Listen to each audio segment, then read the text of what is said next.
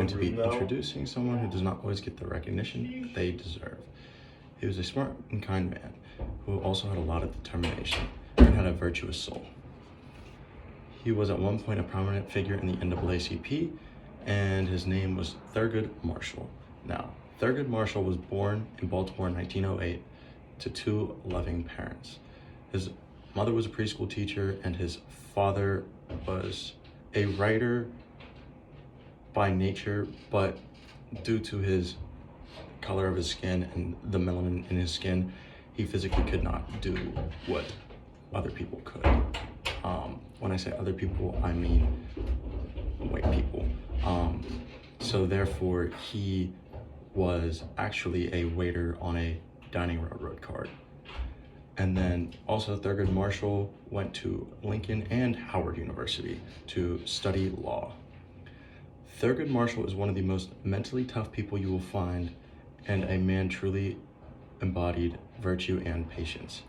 Thurgood Marshall grew up, and exceedingly early experiences he had led him to understand deeply the malice and deep-rooted racism that was dealt with in this country, and a lot of suffering and oppression that came with said racism, especially towards African Americans and people of color, whether that be Mexican, Asian, whatever race. People of color were systematically oppressed in America. Then as he got older, he witnessed some more extreme prejudices. One example was whenever he was in high school, he could not use any of the public restrooms just simply due to them being only for white people, and he could not drink out of the water fountains either. After that took place, he worked to rise to towering heights that only very few people could achieve at that time through sheer effort, will, determination, and patience. The central idea here is that Thurgood Marshall has had many obstacles to overcome in his life, without a doubt. That's a fact. And that never stopped him from achieving anything, from pursuing his dreams to making the dream that all the great leaders of the civil rights movement had to come to fruition. So in the next 8 to 9 minutes, I'm going to trace Marshall's path to success and the obstacles that he had to overcome in his life, and the accomplishments of all of his hard work. He attended a first-rate high school. He was often mischievous and sent out of class, so therefore he knew the Constitution forward and backwards before he even graduated high school.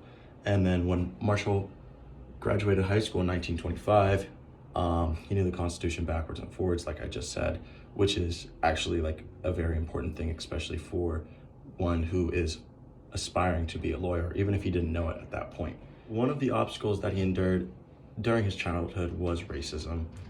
As I've already previously mentioned, growing up in Baltimore in 1908 was not a very safe environment by any means, and it really did have a very impactful pull on his life. Now, a lot of people won't understand this, but as an African-American male, I feel like I can identify to this a little bit better, even though today's situations are still very much so less, and they have achieved a lot more. I can understand from my mother's, my grandmother's points of view, it was bad. So then after his childhood racism, his dad would try to work through him with that. And on top of that, his dad and his brother, they would all work towards a higher standard of living and achieving more in said life than what white Americans in the 1910 and 1920s would like them to believe. And then here's his family history. Marshall was born in Baltimore, Maryland on July 2nd in 1908 to Norma, our interesting life. The racial discrimination he faced in early childhood, University of Maryland denied his access to the school simply because he was black. The public restrooms and public facilities were white predominantly, and he didn't have as much access as he would if he was born a white male in this time period. On top of that, the African American mortality rate was double that of the Caucasians, which means a lot more lynching, a lot more of just unsafe and unsecure environments, and you really had to live day by day and hope for the best and hope that nothing happened, which is really sad and really traumatizing, especially for someone of his stature. So I will give you his family history. So he was born in Baltimore, Maryland, July 2nd, 1908. He was born to Norma Arica and William Camefield Marshall. Both of his parents were very great and loving parents. His mother was a kindergarten teacher. His father was an amateur writer who worked at a dining car waiter on a railroad, which is not the best of jobs for someone who's aspiring to be an amateur writer. Someone with that type of mind, he physically couldn't do it in this time period, which is extremely sad. But when his dad did have days off, he would make sure to get their mind working and use their brain and actually like try to become more sophisticated people than what most white people in the past would want them to be. And he would take them to court dates and hear trials and watch the jury, and they would talk about the court cases afterwards over dinner or lunch with their family, minus his mother, of course.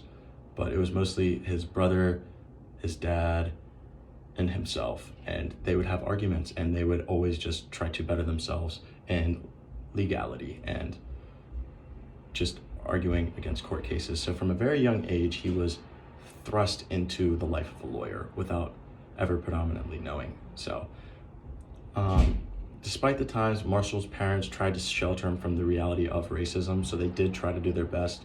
Obviously it didn't completely work, but they did do a lot of good. For instance, he went to high school, and his brother also graduated from there, which is like very cool. Just a little tidbit. I thought it was a very interesting and cool fact that both him and his brother went to the same college and got the opportunity to aspire to work on themselves and become better and become smarter individually and become people that the community would need and want and respect. And then it was known as the black counterpart to Princeton, and one of his classmates was the famous writer Langston Hughes, which I also thought was just an interesting, cool fact.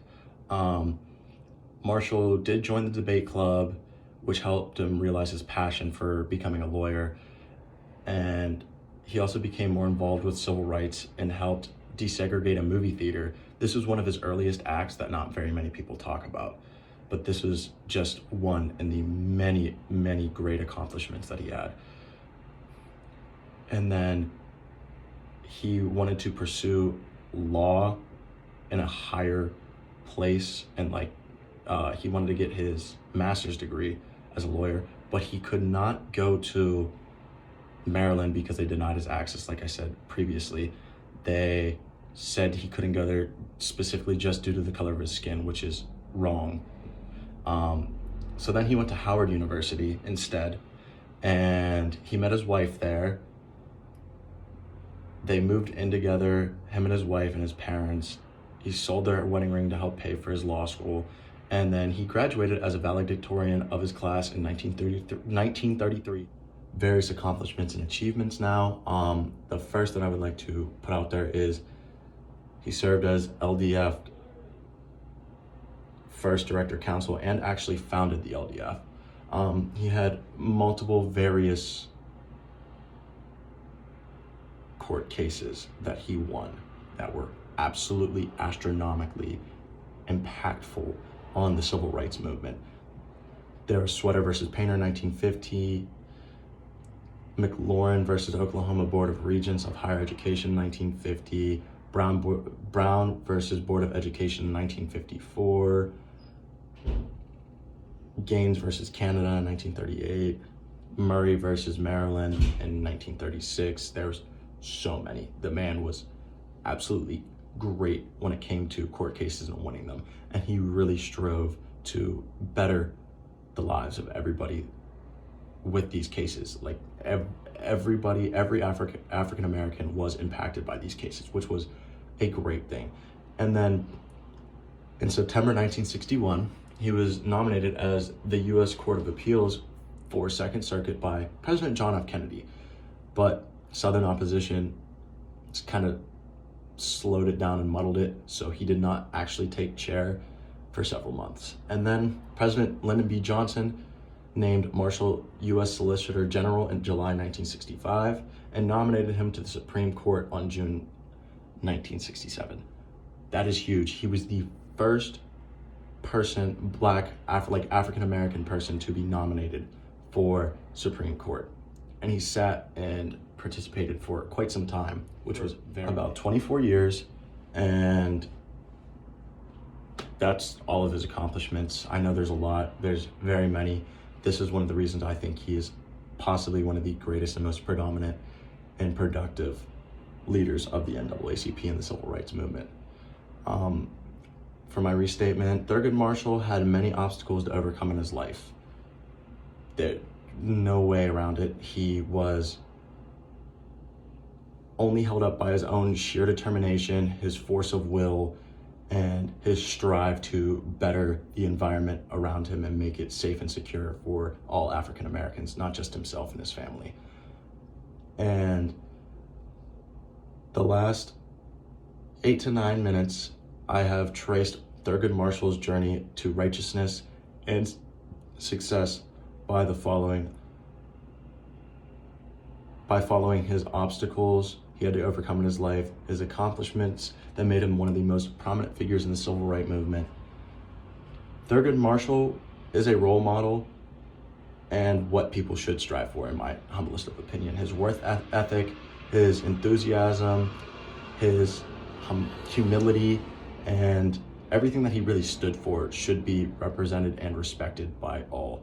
We should all strive to be like him, because even though he didn't have systematic freedom, he created his own path to freedom and righteousness and did right by so many because he strove to be better. And that's all I have to say about it. He beat the system, he beat everybody at their own game, and he did it the right way. There's whatever way you look at it, this man is and forever will be a legend in the history books for African Americans, and he did a lot.